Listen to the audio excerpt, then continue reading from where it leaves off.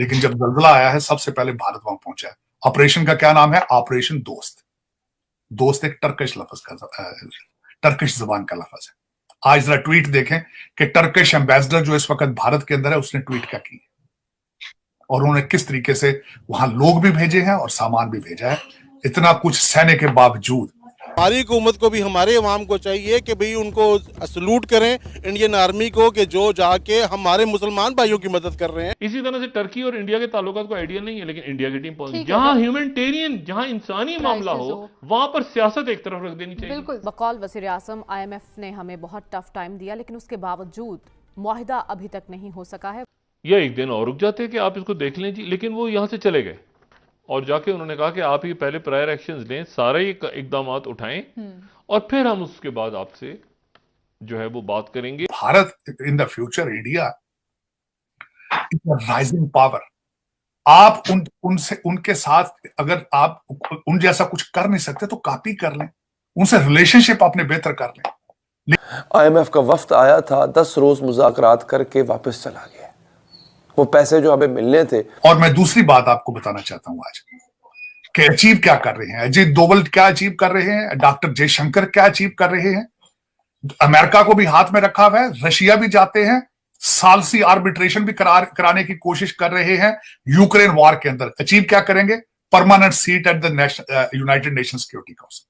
तो इंडियन ये कर रहे हैं तो वो इंसानियत के लिए कर रहे हैं और अल्लाह पाक उनको कामयाब करे। और वो अब मेरा ख्याल है कि अगर पाकिस्तान के ताल्लुकात अच्छे होते तो जो 2000 अभी सैलाब आया था तो इंडिया स्टेटमेंटें भी देते थे, आपको साथ भी देते थे, आपके साथ खड़े होते थे, क्योंकि इंडोनेशिया और आपको साथ लेके वो सऊदी अरेबिया को काउंटर करना चाहते थे। लेकिन जब जल्जला आया है सबसे पहले भारत वहां पहुंचा है। ऑपरेशन का क्या नाम है? ऑपरेशन दोस्त। दोस्त एक टर्किश लफ्ज का, टर्किश जबान का लफ्ज है। आज जरा ट्वीट देखें कि टर्किश एम्बेसडर जो इस वक्त भारत के अंदर है उसने ट्वीट क्या की और उन्होंने किस तरीके से वहां लोग भी भेजे हैं और सामान भी भेजा है। इतना कुछ सहने के बावजूद। और मैं दूसरी बात आपको बताना चाहता हूं आज कि अचीव क्या कर रहे हैं, अजीत डोवल क्या अचीव कर रहे हैं, डॉक्टर जयशंकर क्या अचीव कर रहे हैं। अमेरिका को भी हाथ में रखा हुआ है, रशिया भी जाते हैं, सालसी आर्बिट्रेशन भी कराने की कोशिश कर रहे हैं यूक्रेन वॉर के अंदर। अचीव क्या करेंगे? Permanent seat at the United nation security council. वो अपना रोल जस्टिफाई करना चाहते हैं अपनी G20 लीडरशिप से और SCO की लीडरशिप से।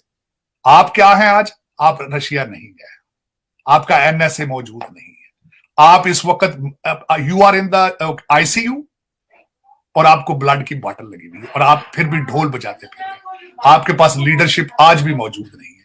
आपका एक भी इस वक्त लीडर, मैं तो खैर उनको किस चीज की लीडरशिप कहनी है, हर सियासी जमात के अंदर जो है वो डिक्टेटरशिप है आपके। लेकिन इसके बावजूद उनके किसी के मुंह के ऊपर संजीदगी नहीं, किसी को परेशानी नहीं है कि हम किस तरह से सर्वाइव करेंगे फ्यूचर में। तो आप दूसरा, और ये इनको ये जो मैंने आपको बात बताता हूं, इस वक्त Bharat in the future India is a rising power. आप उनसे उनके साथ अगर आप उन जैसा कुछ कर नहीं सकते तो कॉपी कर लें, उनसे रिलेशनशिप अपने बेहतर कर लें। लेकिन उनके साथ आप रिलेशनशिप खराब करके आपने कारोबार पहले करते रहे उस पर। आपने डिफेंस को रखना था बना के, आपने हवा बना के रखना था। आप आप भारत की नफरत से पैसे बनाते रहे, चले ठीक है करें। देखें दो चीजें हैं, मैं ये नहीं कहता कि एक पल के अंदर भारत के साथ रिलेशनशिप ठीक हो सकते हैं, वो भी एक कॉम्प्लिकेटेड इशू है। क्योंकि भारत के अंदर इस एरिया के ऊपर जब से वो मुगल वहां रहे, जुल्म करते रहे, जो कुछ भी करते रहे, उनके खिलाफ भी एक एंगर है अगेंस्ट इस्लाम। लेकिन मैं समझता हूं कहीं ना कहीं से शुरुआत करनी चाहिए पॉजिटिविटी की, और आपकी तवज्जो, आप उनसे कुछ सीखें। आप ये बिहेवियर चेंज करें कि आपने उनको डिक्टेट करना है, आपने उनको नेक टू नेक चलना है। एक तो वो साइज में आपसे बहुत बड़े हैं, दूसरा इकॉनमी उनकी बहुत आगे जा चुकी है आपसे। वो तो चाइना को क्रॉस, यूके को क्रॉस कर चुके हैं, आप अफगानिस्तान से भी नीचे जा चुके हैं। आपने इनसे कुछ नहीं सीखता भाई, अपने पठान भाइयों से कुछ सीख लो जाके, नस्वार की कोई फैक्ट्रियां लगा लो और कुछ नहीं बनता था। लेकिन ये कि आलिया हमारा एटीट्यूड जो है ना, ये जो, अच्छा मैं आप दूसरा बताता हूं, इस वक्त आपके डिसीजन मेकर कौन है? सारे आपके सारे डिसीजन मेकर तो A लेवल वाले, O लेवल वाले हैं सारे। आधे एचएसोनियन है, दूसरे कराची ग्रामर के हैं, तीसरे हसन अब्दाल वाले हैं। ये 8000 स्टूडेंट बनते हैं साल के, बाकी सारा पाकिस्तान तो मेरे का इररेलेवेंट। सर आपने उंगलियों पे गिनवा दिए लोग। बाकी तो फारग है सारा, बाकी ने क्या करना है?